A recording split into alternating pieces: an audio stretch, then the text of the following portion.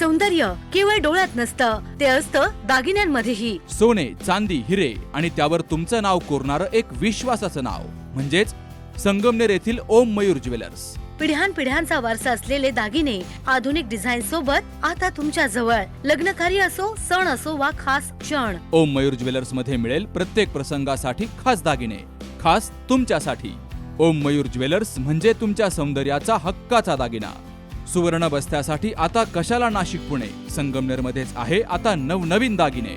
आजच भेट द्या ओम मयूर ज्वेलर्स, अशोक चौक, संगमनेर, जिल्हा अहिल्यानगर.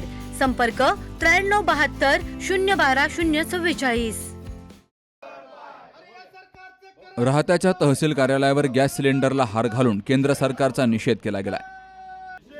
घरगुती गॅस दरवाढीच्या विरोधात महाविकास आघाडीनं हे आंदोलन केलंय.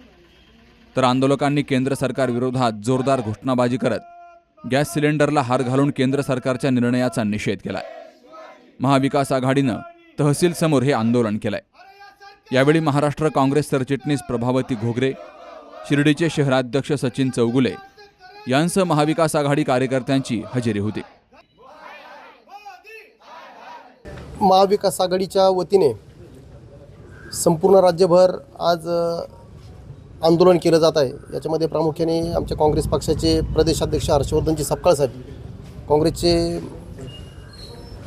नेते माजी महसूल मंत्री नामदार बाळासाहेब थोरात साहेब यांच्या सूचनेवरून हे राज्यभर आंदोलन सुरू आहे. महाविकास आघाडीचे सगळे घटक पक्ष या आजच्या आंदोलनात सहभागी झालेले आहेत राज्यभर. त्याच धर्तीवर आज राहता तालुक्यात राहता तहसील कार्यालयासमोर आम्ही हे आंदोलन या ठिकाणी केलेलं आहे. तहसीलदारांना निवेदन दिलेलं आहे आणि या निवेदनाच्या माध्यमातून आम्ही आमची भूमिका त्यांच्यासमोर मांडलेली आहे.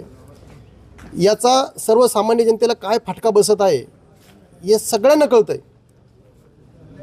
अगदी आपण समोरासमोर जे उभे आहोत ना, इकडं पत्रकार, इकडं आम्ही सामान्य नागरिक म्हणून पक्षाचे पदाधिकारी कार्यकर्ते, बाजूला प्रशासनातले पोलीस, तहसीलमधले कर्मचारी, अगदी भारतीय जनता पार्टीचे आंधळे पांगळे जे भक्त आहेत ना, त्या सगळ्यांना हे कळतं. परंतु काहींना बोलता येत नाही आणि आम्ही बोलतोय, इतकंच फक्त परत आहे. बाकी तुम्हाला सगळ्यांना बोलता येत नाही, आम्ही फक्त हे मांडतोय. परंतु याचा परिणाम हा अत्यंत तीव्रपणे सर्वसामान्य जनतेला भोगावा लागत आहे. याच्या तीव्र झळा सामान्य नागरिकांना बसत आहे.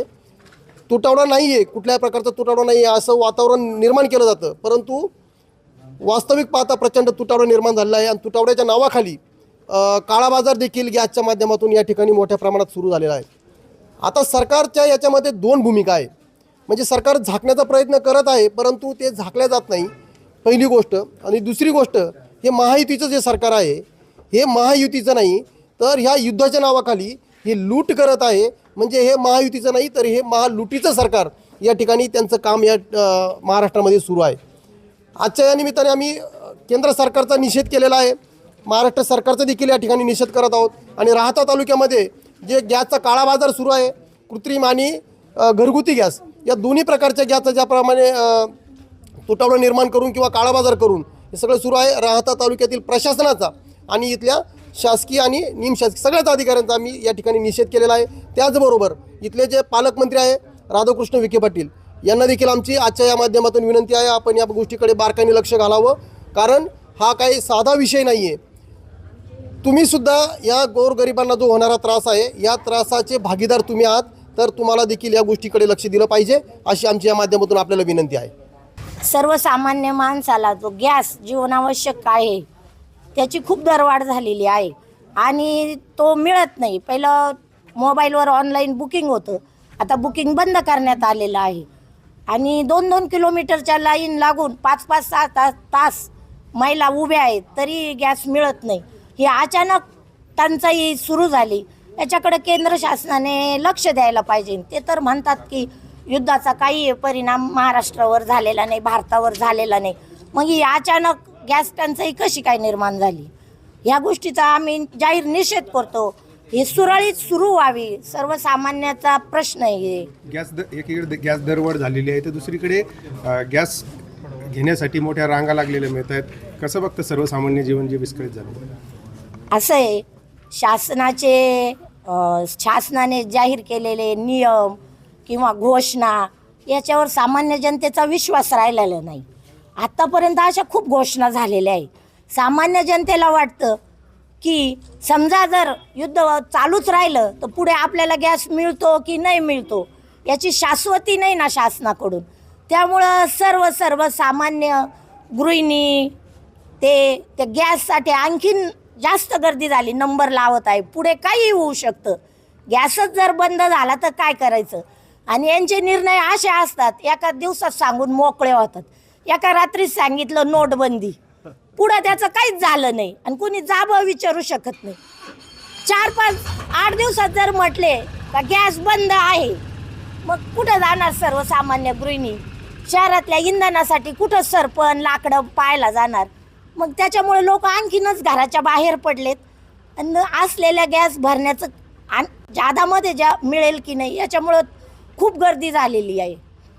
म्हणजे लोक यांच्या निर्णयावर शाश्वत नाही. यांचा निर्णय लोक त्यांच्यावर विश्वास ठेवत नाही, म्हणून लोक या गॅससाठी धावपळ करू राहिलेले आहेत. इराण, इस्रायल आणि अमेरिका युद्धाचा फटका आता भारतालाही बसलाय आणि केंद्र सरकारनं गॅसचे दर वाढवलेत. कमर्शियल बरोबरच घरगुती गॅस दरही वाढवल्यामुळं आता महाविकास आघाडीच्या वतीनं केंद्र सरकारचा निषेध करण्यात आलाय. गणेश रांधवणे, सी न्यूज मराठी, राहता. सरकारचं करायचं काय? सरकारचं काय? गरिबांनी खावं काय?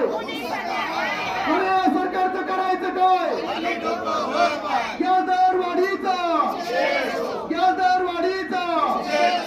लग्न सोहळा म्हटलं की कन्यादान, कन्यादान म्हटलं की फर्निचर आणि फर्निचर म्हटलं की साई कमल फर्निचर. आपल्या बजेटमध्ये लग्नाचे पॅकेज उपलब्ध, तसंच कपाट, showcase, bed, dressing, dining, teapoy, sofa set या वस्तूंनी परिपूर्ण सप्तपदी पॅकेज उपलब्ध.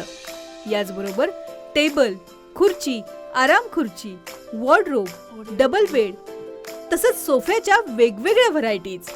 अर्थात घरासाठी आवश्यक ते सर्व फर्निचर म्हणजेच संगमनेरमधील साई कमल फर्निचर. साई कमल फर्निचर इथं ऑर्डर प्रमाणे सुद्धा फर्निचर तयार करून मिळेल. आजच भेट द्या साई कमल फर्निचरला. प्रोप्रायटर गणेश साहेबराव सातपुते, वसंत लॉन्स समोर, संगमनेर. मोबाईल 98 814 73 753 आणि 98 902 61 272.